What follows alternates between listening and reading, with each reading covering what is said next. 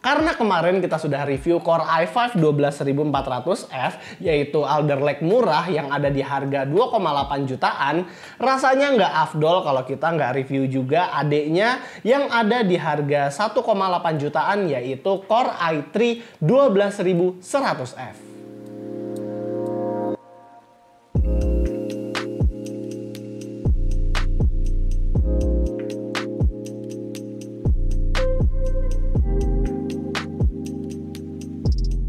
Core i3 12100F adalah prosesor Intel Core generasi ke-12 yang punya 4 core dan 8 thread. Core i3 121F dan Mobo chipset H610 itu bakal jadi duet menarik buat kalian yang mau build PC dengan budget yang ngepas. Kalau kita kombinasiin prosesor ini dengan motherboard murah, dengan modal 3 juta sampai 3,5 jutaan, kita udah bisa punya prosesor dan Mobo generasi baru walaupun kelasnya masih entry level. Tapi walaupun tergolong entry level, performa Core i3 ini nggak bisa dianggap remeh. Di Rocket Lake sendiri, lini Core i3 desktop itu sebenarnya nggak ada. Jadi saat Rocket Lake launching, dia hanya rebranding dari 10100 menjadi 10105, yang dimana itu masih Comet Lake series. Jadi singkatnya dari Comet Lake, Core i3 desktop itu langsung loncat ke Alder Lake series. Di kubu merah memang ada Ryzen 3 3100 dan Ryzen 3 3300X yang juga sama-sama punya 4 core dan 8 thread. Tapi baik Ryzen 3 3100 dan 33X, waktu itu ketersediaan barangnya tidak terlalu banyak di pasaran, bahkan cenderung goib. Kalau pasaran sekarang kita masih belum cek lagi sih, tapi semoga aja udah banyak yang restock. Secara spek, Intel Core i3 12100F ini adalah sebuah Core i5 12400F yang dipangkas core dan cache-nya. Maksimum turbo frekuensinya juga dipangkas jadi 4,3 GHz dari 4,4 GHz, namun pemangkasan tersebut membuat CPU ini jadi lebih irit. Base powernya ada di 58 watt, sementara turbo powernya hanya di 89 watt aja. Kalau kita bandingkan dengan bapaknya, si 1015F, Core i3 yang sekarang turbo clock speednya itu turun 100 MHz ke 4,3 GHz. Namun base frekuensinya turun 400 MHz menjadi 3,3 GHz. Lalu kalau kita lihat dari TDP, harusnya power draw dari Core i3 yang baru dan yang lama overall kayaknya bakal sama, tapi kita lihat aja nanti. Cache-nya juga naik sekitar 2 kali lipat, dan total PCIe lane juga naik menjadi 20 PCIe lanes. Untuk memori RAM, Core i3 12100F juga bisa kita tandem dengan RAM DDR4 3200 atau RAM DDR5 4800. Jika kalian pakai Mobo chipset B660 atau Z690, kita bisa OC RAM-nya lebih tinggi lagi di atas itu. Tapi kalau cuma pakai Mobo H610, maksimum speed RAM-nya cuma di DDR4 3200 atau DDR5 4800 saja. Di saat unboxing sama dengan 12400F, di box kita juga diberikan stok cooler Intel yang baru. Jadi buat kalian yang mau beli prosesor ini tanpa membeli cooler, Intel tetap nyediain cooler mereka di sini. Langsung aja kita tes prosesor ini.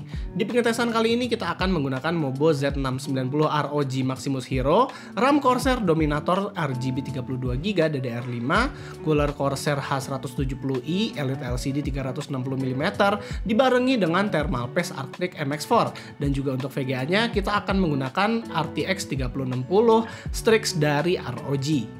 Pertama kita mau kasih lihat dulu karakteristik clock speed dari CPU ini. Ketika prosesor ini sedang load, baik itu pas ngegame ataupun menjalankan heavy task berat kayak rendering, clock speed all core-nya berada di 4,1 GHz.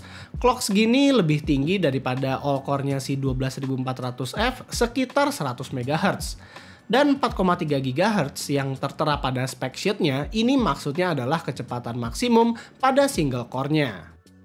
Di pengujian pertama kita mau tes pakai Cinebench dulu. Di Cinebench R15 skor multicore-nya itu mencapai 1072 dan single core-nya itu sekitar 224, di mana skor ini bisa melawan head to head dengan Ryzen 3 3300X. Dia udah mengalahkan 33X di skor yang tipis, namun kalau membandingkan skor dari Cinebench R20-nya, Core i3 Alder Lake menang cukup telak dari 33X, di mana single core performance-nya pun lewat jauh. Di Firestrike V6 pun skornya juga sama, masih di atas Ryzen 3 33X yang Kemarin itu masih memegang raja 4 core terkencang dan tentunya masih di bawah Core i5 12400F di jarak yang cukup jauh. Jadi perbedaan harga dari Core i3 121F dan 124F ini memang punya maksud. Score time SPY CPU juga sama, setidaknya kita tahu kalau secara kasar prosesor ini udah bisa mengalahkan prosesor 4 core tercepat yang dimana harganya lebih mahal sekitar sejutaan di atas 121F. Di benchmark game kurang lebih game yang kita tes juga sama saat ngetes Core i5 12400F, sekalian kita bisa bikin perbandingan dengan prosesor tersebut. Di game AAA seperti Shadow of the Tomb Raider, Outriders, Far Cry 6, dan RDR 2, kurang lebih kita mendapatkan frame rate yang tipis lah dari si 400F, dimana Red Dead aja cuma beda 6 FPS, Outriders 2 FPS, dan lain-lain. Kita juga ngetes gaming e-sport seperti Apex Legends dan prosesor ini mendapatkan frame rate yang lumayan. Dengan RTX 3060, prosesor ini masih bisa memberi frame rate yang cocok kalau misalnya mau disandingkan dengan monitor 144Hz. Lalu, soal software produktivitas, Core i3 ini bisa banget apabila mau dipakai video editing di mana rendering video 4K berdurasi 5 menit itu hanya memakan waktu sekitar 2 menit 14 detik aja. Lalu kalau misalnya ditanya tentang 3D editing, kita bisa render Project Italian Flat dengan waktu yang sangat singkat di 3 menitan. Itu kalau pakai CUDA ya. Kalau heavy di CPU, ya memang perbedaan dengan Core i5 12400F dan Core i9 itu terlihat berbeda sekali.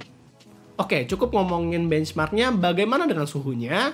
Core i3 ini bisa tahan di 52 derajat Celcius aja di cooler yang high-end. Seharusnya kalau memakai cooling default milik Core i3-nya, ya suhunya mungkin bakal berbeda sekitar 10 derajat lah.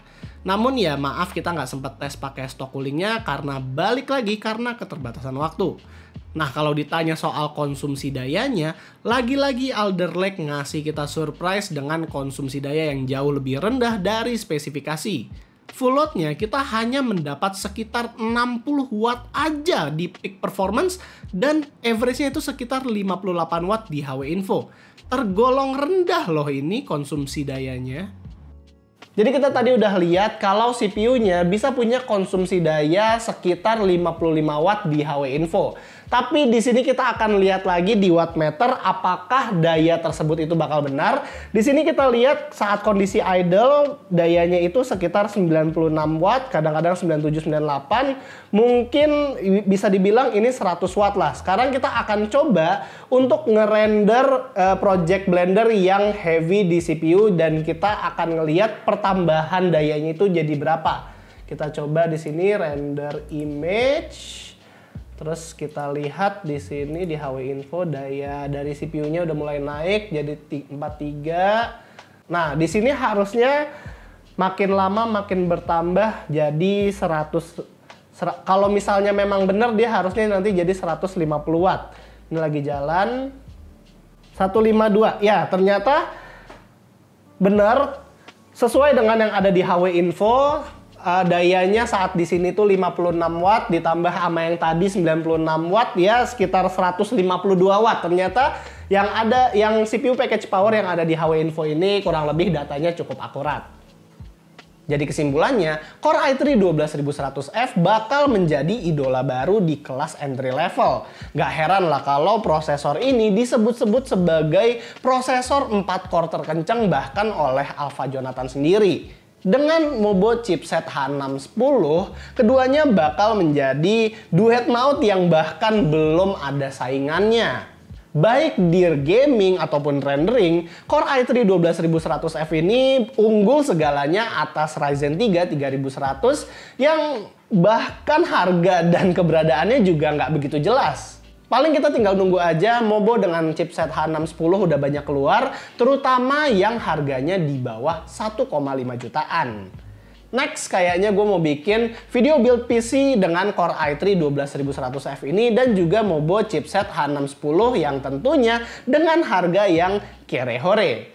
Jadi kalian tinggal stay tune aja di channel ini dan seperti biasa, terakhir di sini gue Rizky, always stay safe and stay healthy.